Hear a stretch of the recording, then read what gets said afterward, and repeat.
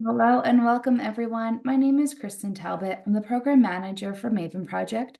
Thank you all for joining us today and our friends at Health Point Midway for hosting today's session, What a Primary Care Provider Needs to Know About Chronic Kidney Disease with Dr. Lucius Wright. Dr. Wright became medical director of the dialysis unit at Brooke Army Medical Center and the director of the Nephrology Fellowship. During his years, there were 5 fellows who completed training. After separating from the Army, he went into practice with the Jackson Clinic in Jackson, Tennessee, where he established a nephrology service and eventually grew to 6 physicians. Dr. Wright retired after 35 years of practice. During those years, he served as the clinic's chairman and the medical director, and we're very lucky to have him as a MAVEN Project volunteer. So Dr. Wright, when you're ready, please begin. Well, good afternoon, everybody. We're going to talk about what you need to know as a primary care provider about chronic kidney disease. The talk runs about 35 minutes, so it should leave plenty of time for questions and discussion about the issues that are on your mind. What I've tried to do is to put together the new information that may have occurred since the last time you thought about the topic, but I've also been informed by the some 500 odd consults I've done for MAVEN in the last 4 years. So I have some idea about the kind of issues that you're facing in the clinic as well. There's no conflict of interest to disclose. She's already mentioned the AMA Council Category 1 credit. My objectives today are for you to understand what the estimated glomerular filtration rate tells you about your patient. It may not be what you think it tells you. Understand the importance of measuring proteinuria and what it tells you about your patient's diagnosis, prognosis, and treatment. Understand the basic approaches to delaying progression of chronic kidney disease in patients at risk using ACE or ARBs, SGLT2 inhibitors, GLP-1 agonists, and finerenone, and recognize your role in helping patients achieve a dialysis last or never, as opposed to a dialysis first outcome. I like to start with a case. This is a fairly typical case that you might encounter in your clinic of a 36-year-old male who presented to the emergency room for a severe laceration to his arm as a result of being in a motor vehicle accident. He was noted as part of his initial evaluation to have hypertension with a blood pressure of 190/110 on several occasions. So some basic lab was drawn showing a hemoglobin of 13.2 with normal indices, normal electrolytes, a BUN of 24, and a creatinine of 2.1. He was referred to you for follow-up of his acute kidney injury. Now, some things to think about. Is it really acute kidney injury? Because this is upcoding for hospitals and there's a bias to call it acute. It just may mean we never looked before, or it may have been normal before and now it's not. But those things are questions you should be asking yourself. If you can find an old creatinine somewhere, that's very helpful, although it's not always available. Things to look for besides old lab include a past medical history. Was he ever really sick as a kid or ever told he had hypertension or an abnormal urinalysis? For girls, this is typically associated with physical exams related to pregnancy and reproduction. For boys, it's usually related to sports or military physicals. Family history. There's some new observations about family clustering in chronic kidney disease, and the current estimates are that up to 50% of chronic kidney disease in children has a genetic risk basis, and perhaps as much as 20% in adults.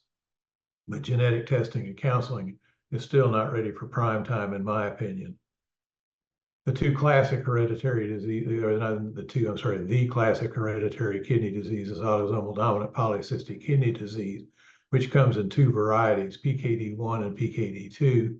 Although if you really get technical, it turns out there are a lot of sub-varieties as well. Things to know is that there's the myth that families have a typical time to develop end-stage renal disease is not true, and that pain, hematuria, and enlarged kidneys are often part of the presentation, which can lead to the misdiagnosis of cancer if you're not careful. And I have over the years taken care of several people who had a nephrectomy done before they figured out it wasn't cancer, which is obviously not optimal in somebody with a progressive kidney disease. Some newer non-traditional markers are ApoL1 and MYH9, which are markers for glomerular disease, and both have higher frequencies in people with sub-Saharan African ancestry and locations with high frequencies of endemic trypanosomiasis. So there are several kindreds I've taken care of over the years where I've taken care of multiple members of the family, all of whom had kidney disease, but frequently from different causes. And now in retrospect, I suspect that they could probably be explained by the alleles for APOL1 or myosin heavy chain 9. So EGFR has received a lot of discussion in recent years. I've taken most of those slides out because I think the furor is over. But measurement of glomerular filtration rate is central to diagnosis of CKD as an indicator for timing of clinical decisions, and is now codified in the stages nomenclature that you're all familiar with. The current lab formula is based on a newer method for measuring creatinine to the second decimal point compared to earlier versions, which only measured it to the first decimal. The formulas that are used were published in conjunction with the modification of diet and renal disease study, usually called MDRD for short, and originally published with adjustments for Black race and all others. The process of getting rid of this distinction has changed, so you may notice some changes in your EGFR in some of your patients without anything else being different. The point I want you to remember is E stands for estimated. It's not a measured lab value, it's a calculated lab value. So if it really matters, you either need to measure the GFR by doing an actual clearance study, or perhaps using cystatin C as an alternative. It's not necessary to do that most of the time, but occasionally it helps clarify the issue. Urinalysis is something I find doesn't get done very often. We get lots of people with lots of lab tests, so they have an elevated BU and creatinine, but nobody ever thinks to get a urine on them. There's some things about the plain old urine that matter, such as red blood cells, which are important, but red blood cell casts are very important, but hard to see and not very common. White blood cells usually get written off as urinary tract infection, but that may not be true either. And granular casts, which are nonspecific, are usually related to proteinuria. There are several ways to measure protein in the urine. The dipstick is the least reliable of the bunch, but you can do a 24-hour urine, which is awkward and difficult to do, or you can measure the urine protein, total protein to creatinine ratio, or the urine albumin to creatinine ratio. Turns out the urine albumin to creatinine ratio is more sensitive and becoming more common, but still you'll find some labs just do the protein, and you can mathematically relate the two if you need to. The idea is that under normal circumstances, your ratio should be less than 30. If it's greater than 300, you have significant proteinuria, and every place in between is sort of abnormal, but of different significance. There's some things we want to talk about, whether this is just a marker of disease or a marker of prognosis, and we want to talk about whether it's a therapeutic target. And I want to show this slide, which shows proteinuria as a marker of comorbidity. It's using funny units of micrograms per minute, which is not a way we normally think about it. It's an old slide, but what it shows is that your proteinuria goes up to the right on the x-axis. Your adjusted hazard ratio for cardiovascular disease goes up logarithmically on the left, on the y-axis. So you can see it's a marker of comorbidity and also accounts for some of the excess cardiovascular mortality commonly seen in patients with chronic kidney disease. What everybody worries about, of course, is end-stage kidney disease and trying to prevent that. And it turns out there are kidney failure risk equations that are out there. 4-factor model use age, sex, estimated GFR, and urine albumin creatinine ratios to predict risk. The 8-factor models add albumin, phosphorus, calcium, and bicarbonate, but are not used very often. I've listed in the slide deck, and it'll be available to you when you download it, 2 online risk factor calculators. What you need to know about using either of these calculators is they overestimate the risk of end-stage kidney disease because of the competing risk of death from the cardiovascular diseases that we've already mentioned. There's some other diagnostic considerations. Is this primary kidney disease or secondary kidney disease? There are more primary kidney diseases that have specific therapy, such as membranous glomerulonephritis, minimal change disease, and rapidly progressive glomerulonephritis.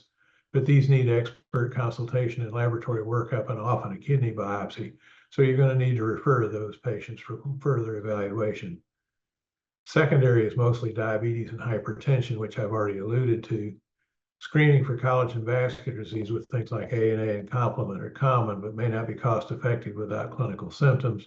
So in some of your resource limited patients, this is one opportunity that potentially you can use some clinical judgment. Screening for cancer has the same problem. You can get membranous glomerulonephritis panels, which measure PLA2R, which is the more common. 70% of patients with membranous have this. But thrombospondin 7A, which is in some 15% of frequently associated with cancer. Worldwide, syphilis, hepatitis B and C, and HIV are more common, and malaria is the most common in the world, but rare in the United States. But given that MAVEN supports a lot of immigrant communities that are underinsured, keeping some of these other things in mind is probably worthwhile. So what I've said so far is genetic factors are important, particularly in patients of African ancestry. Proteinuria is important, albumin being the preferred measure for both diagnosis and prognosis. Kidney failure risk equations are available to estimate the 2 and 5 year probability of end-stage kidney disease, but overestimate the risk because they underestimate deaths from coronary disease. And remember, I'm going to say it again, EGFR means estimated glomerular filtration. It's useful as a guide, but it's not an absolute. Clinical status still matters. So you decided this guy has chronic kidney disease and you decide you need to do something about it. So what are the options? It's blood pressure control, diabetes control, avoidance of nephrotoxins, particularly non-steroidal anti-inflammatory drugs, and probably proton pump inhibitors, and proteinuria reduction using ACE and ARB mineralocorticoid receptors, SGLT2 inhibitors, and GLP-1 agonists. Let's look at a little data on some of these issues. Hypertension. ACE and ARB are desirable, but cost and hyperkalemia can be an issue, particularly for the ARBs. Volume control is a key issue for patients with stage 4 and 5 CKD particularly, and you usually need to use a loop diuretic as thiazides don't have much effect once you're at CKD 3 or greater. Exceptions may be indapamide in a patient with no evidence for volume expansion and maybe chlorothalidone, but I don't want to get into that unless that's an issue that's bothering somebody out there in the audience. Diuretic resistance occurs commonly in patients with nephrotic syndrome because loop diuretics work from the luminal side of the membrane. So adding a drug like metolazone probably works by adding direct action on the distal convoluted tubule, increasing distal delivery. Is there a blood pressure target that really makes sense? This is the SPRINT final report you've probably seen in other contexts. It's now become an ancient study. It's all of 3 years old.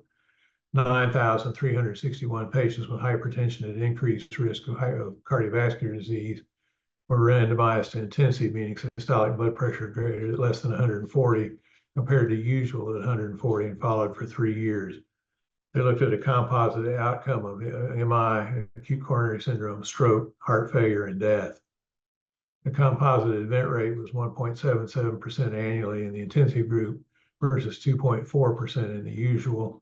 All-cause mortality was 1.06 versus 1.44% annually. But adverse reactions increased to 2.1 for hypotension from 1.2, syncope to 2.1 from 1.6, and acute kidney injury from 4.1 to 2, from 2.5 to 4.1. So the conclusion for this is that lower targets have lower event rates over the intermediate term, but at the cost of increasing complication rates, particularly hypotension and AKI. As always in clinical medicine, it's a matter of patient selection, considering the goals, competing risks, and tolerance of medical therapy. While we're fond of the more is better theory of medical care, it's rarely true. And remember, aging occurs in everyone, albeit at different rates. Goals for medical care change with age and comorbidity. So keep updating. Don't assume that because it was 20 years ago your patient wanted to do X, that they still want to do that. The question that comes up frequently in the clinic that I've had consults about is whether or not somebody whose CKD has progressed in spite of all these efforts should be continued on the ACE or ARB, particularly when the creatinine goes from 2 to 3 or 3 to 4 over a relatively short period of time. So AKI is common, as we noted, particularly with the use of RAS, although the studies showing a 30 to 50% risk reduction are done in patients with EGFRs greater than 30 by and large. So are they helped?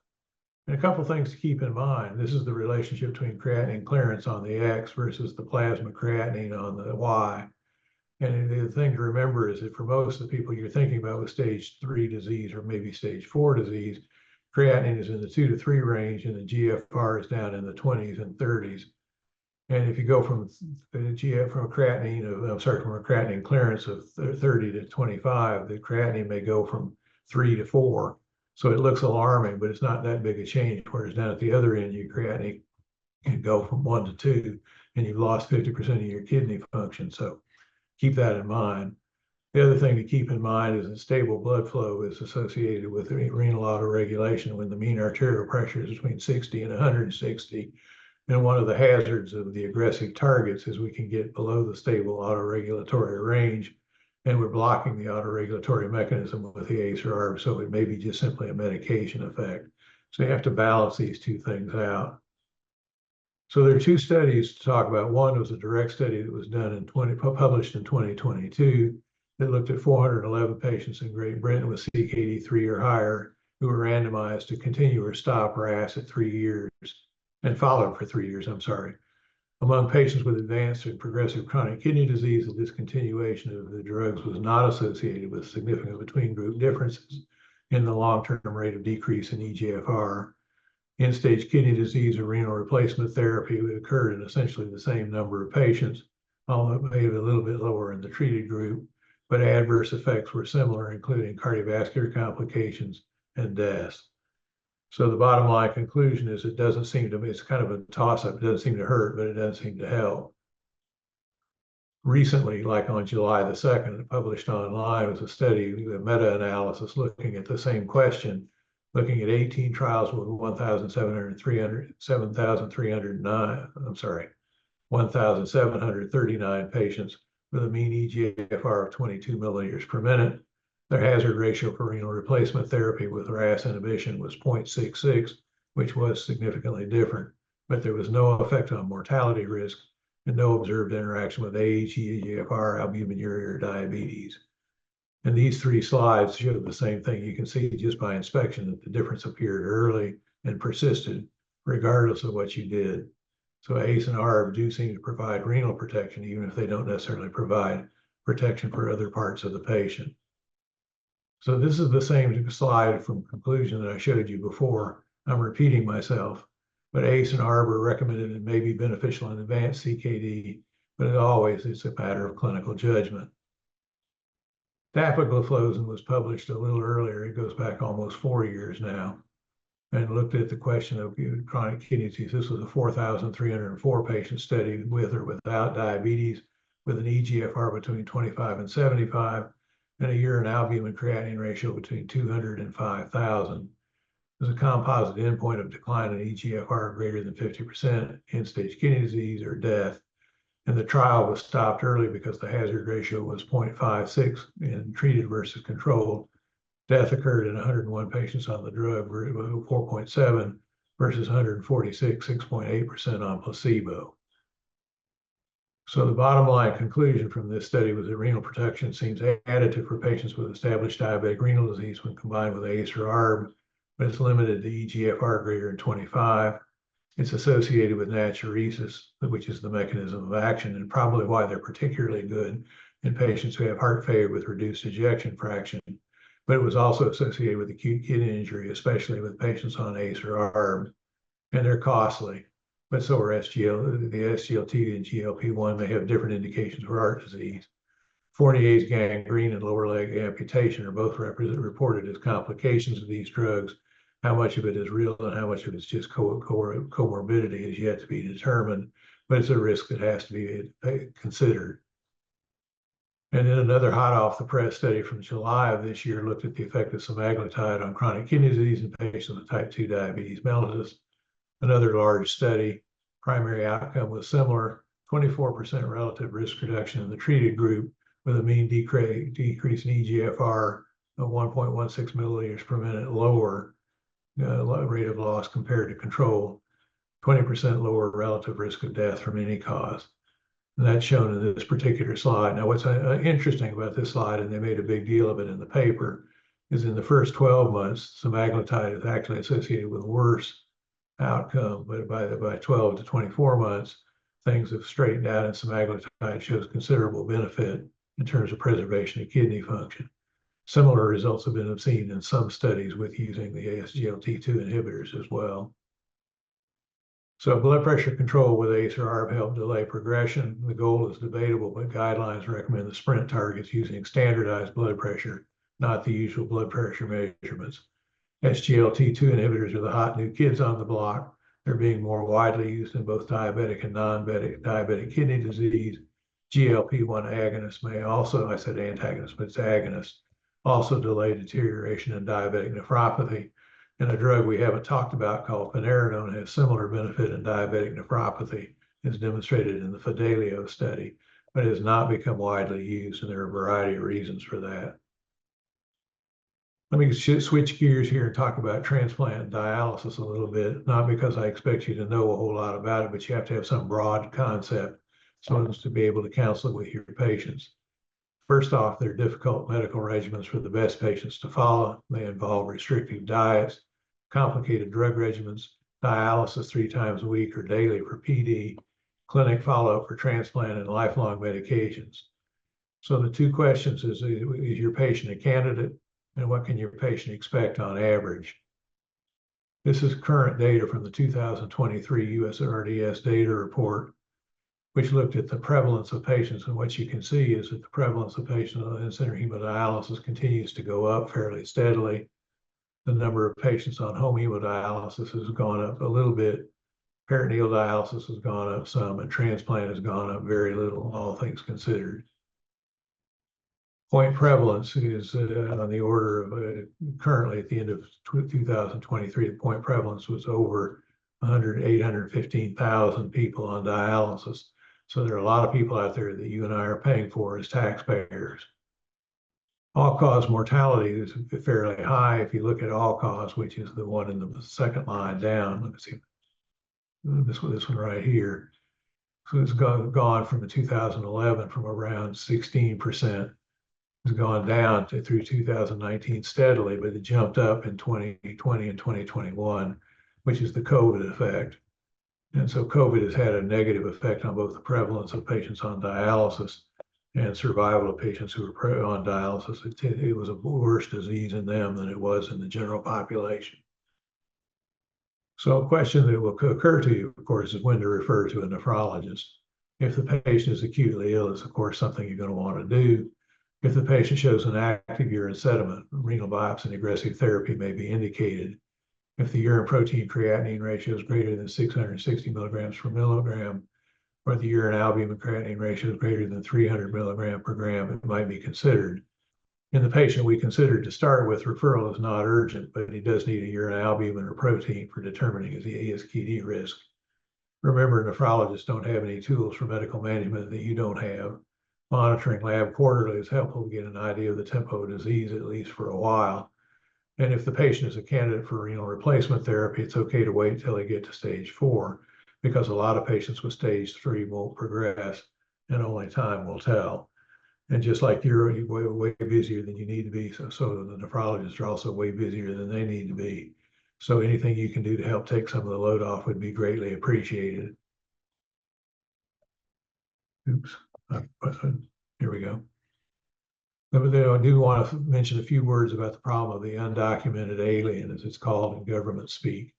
Dialysis care is funded mainly by the federal government, which bars reimbursement for treatments rendered to the UDA. Some hospitals that get disproportionate share payments from Medicare may provide emergency treatments defined as pulmonary edema, severe hyperkalemia, or overt uremia, but not routine dialysis, and that's 40 of the 50 states. Regular dialysis is the standard of care, and it's a just approach is one position to take. The other says, do we have the right to spend other people's money? I don't have a glib solution to this problem, but what your options are depend on where you live and where your patient lives, and are reality factors that need to be dealt with. So to sum it up, when working up a patient with newly discovered elevated creatinine, remember to assess the proteinuria. Treat hypertension as close to 125 or 80 as you can get without side effects, using an ACE and ARB if at all possible, and a loop diuretic. Remember, eGFR is just an estimate. It should generate thought, but not necessarily acting. As the primary provider, you have a role to play in assessing your patient's suitability for dialysis. Have a real conversation, and don't take the view that of course you'll do dialysis when the time comes. No, dialysis is the right option in some circumstances. I'm going to stop the talking at this point, drink a little water so I can get my throat working again, and see what kind of questions you have that we brought up. Hopefully we've stimulated. There's Kristen getting ready. She's having her drink of water already. I hit that on the video too soon. Just a reminder, if you have questions, you can put them in the chat box. the Q&A box, or use the raise hand feature and you can speak directly to Dr. Wright. I always recommend that with big words, medications. We have a question. Great. What is the difference in proteinuria versus albuminuria? Big words. Yeah, so albuminuria is a specific form of proteinuria. Proteinuria would include things like Bence-Jones proteinuria or non-selective proteinuria, but for our purposes, they're essentially the same. The difference is the measurement that requires serious action. So the ratio is roughly 60. So it's 300 in proteinuria terms, it's 660 in non-proteinuria in the total protein terms. But it's like the difference between the serum albumin and the total protein. It gives you some idea of the ratio. We used to think non-selective proteinuria was a useful thing to think about, but it doesn't really turn out to matter. So we're moving more toward albuminuria because it gives them a better idea how much damage there is to the filtration barrier in the kidney. Thanks. I don't see any questions, but we'll still pause. Just a reminder, your CME survey, correct date and time when you fill that out, specifically that date. It is September 16th, 2024. A lot of the times it gets stuck if you, or it's automatically filled in if you've used that form before, and it errors. You don't get your certificate for a while. So today is September 16th. Our speaker is Dr. Lucius Wright, and I'm going to keep rambling until I see more questions. A reminder that you can always request a MAVEN Project volunteer if there's a specialty that you would like to get more help with, or just for everyday practice, burnout, time management. We offer a mentor for pretty much anything. Question. Yeah, I got the question. What do I use as a BP goal and CKD4? I use the same BP goal all along. So the patients on dialysis, typically we use a higher goal because of some very specific reasons. But in general, I want to try to keep people as close to 130 or thereabouts as I can.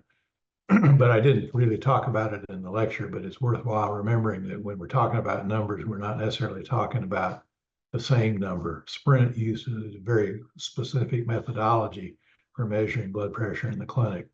The patient would walk in, seated in a dimly lit room with headphones like I've got on, your choice of music, whatever you like, but something calm and soothing, automated blood pressure cuff, 3 blood pressure measurements over 15 minutes, averaged. Now, I don't know how you check blood pressures in your clinic, but that's not how we check blood pressures in my clinic. Patient walked in, nurse put them in the chair, put a cuff around their arm, and wrote a number down, and that was it.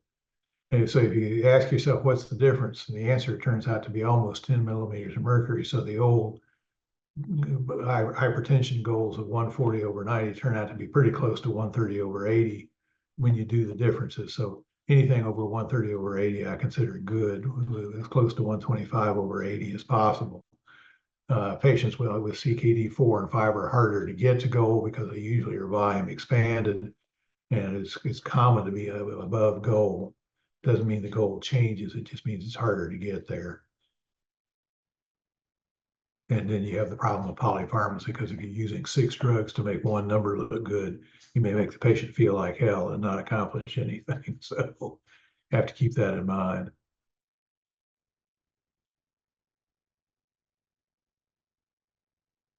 I have to unmute myself.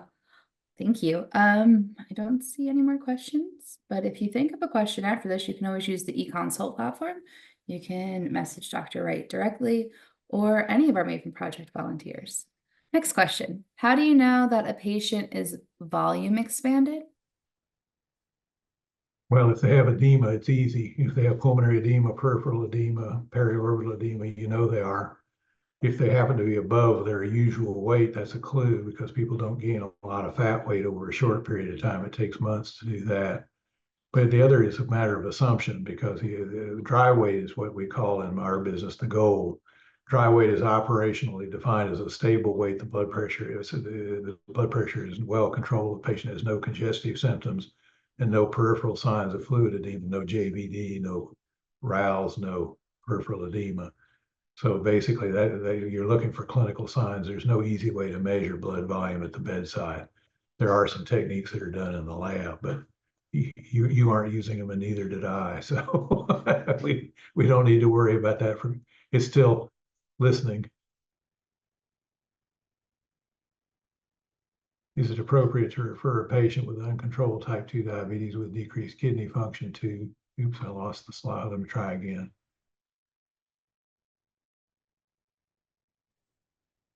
Do both nephrology and endocrinology, or will nephrology only suffice? Well, it kind of depends on what you want to do. The endocrinologist is probably more comfortable with the pumps and the other things that you might do to try to get things under control. The choice of drugs is they're probably going to need to see both, would be my answer. But many nephrologists know a lot about diabetes, but a lot of them are, again, way too busy trying to take care of their dialysis populations to really spend the time working with the patient who's not on dialysis, but headed that way, who really needs some detailed counseling about what to do when you check your blood sugar and it's 500 or whatever. Thanks.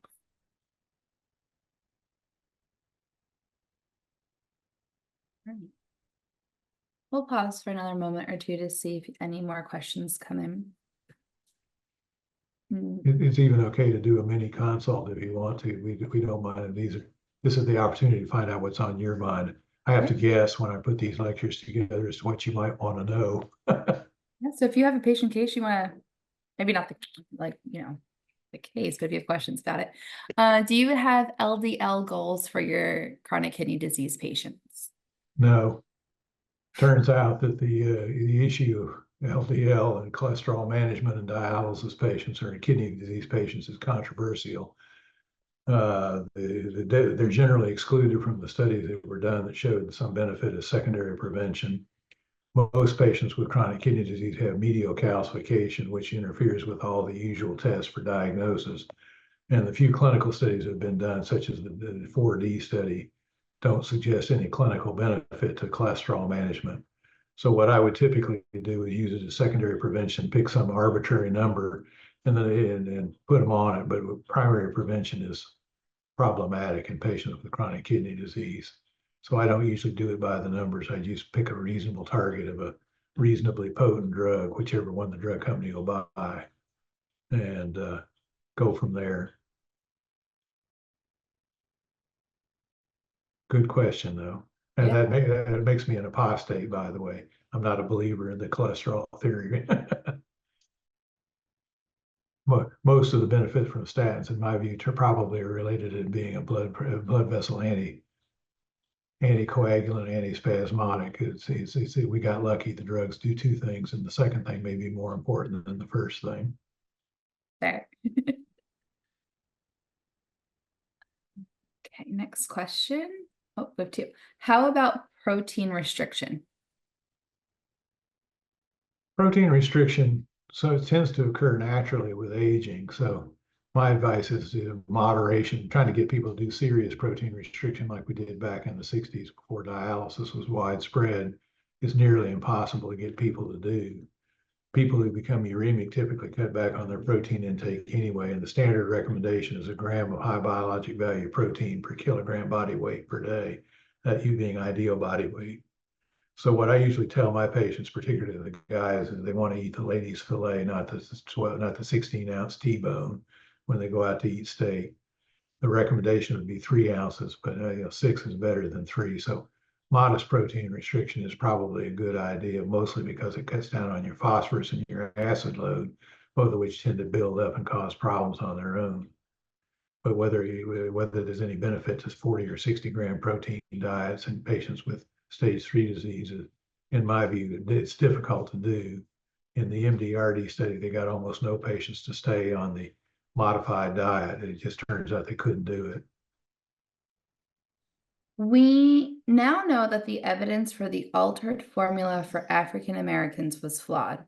Are there any genetic differences among patients which could cause a difference in the expected normal range? Yeah, people differ in their ratio of muscle mass to total body weight. There are obviously bodybuilder types who are out there that are very, very muscular, so they may weigh 200 pounds, but it's 70% muscle. There may be some sedentary guy who's equally large in terms of blood pressure, in terms of body weight, but hasn't got anywhere near the muscle mass. So creatinine of 2 in the bodybuilder may be normal. A creatinine of 2 in the sedentary guy may be significant chronic kidney disease. The way to try to get around that is by and large been to use a non-creatinine indicator, GFR, which is the cystatin C. It's readily available. It's a $15 test, so you can do it much the same way you can do a creatinine, compare it to the reference ranges and use it to estimate GFR.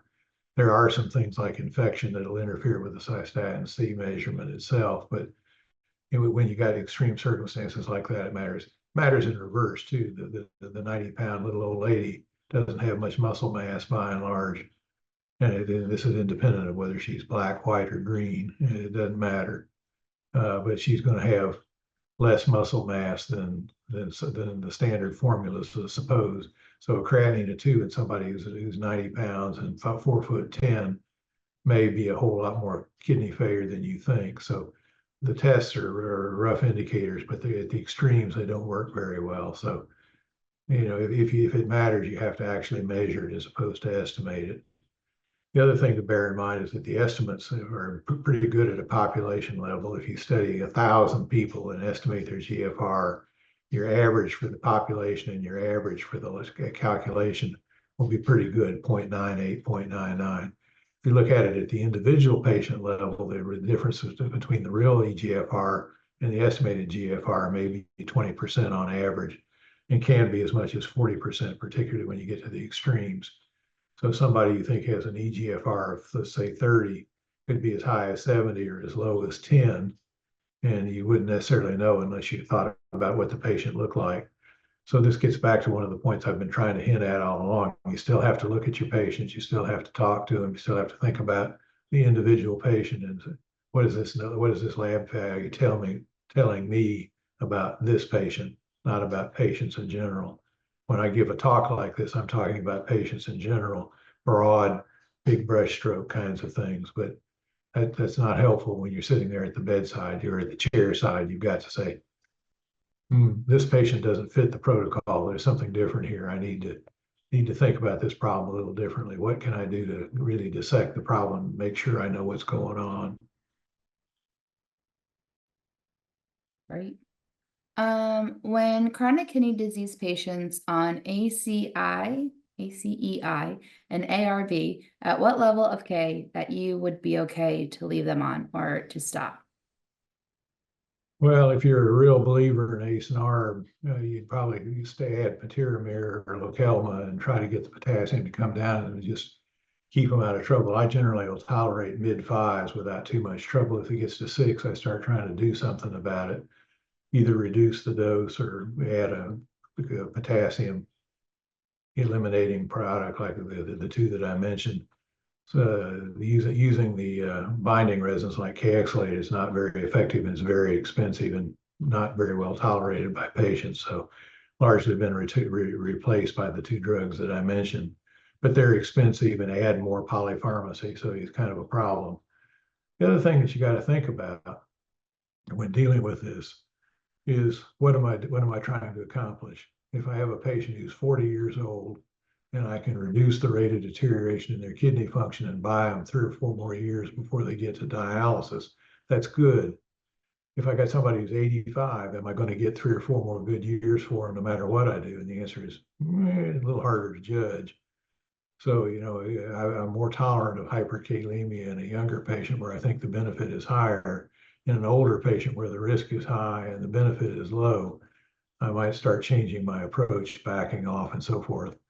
A lot of times what I'll do is I'll try to add diuretic therapy to the mix to help promote K wasting. So, but if 5.5 doesn't worry me particularly, 6, it usually causes me to start making efforts to change things.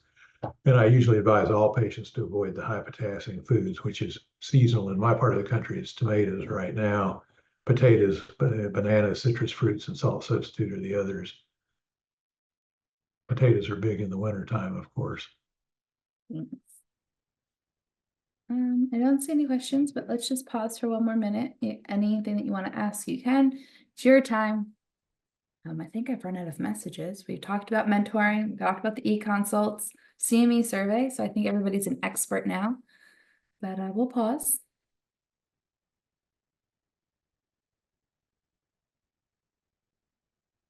Always awkward. I wish I could tell if somebody was typing. I can't see anybody but you, so. It's fair. All right. Well, Dr. Wright, thank you so much for doing this presentation again, and thank you all for joining us today.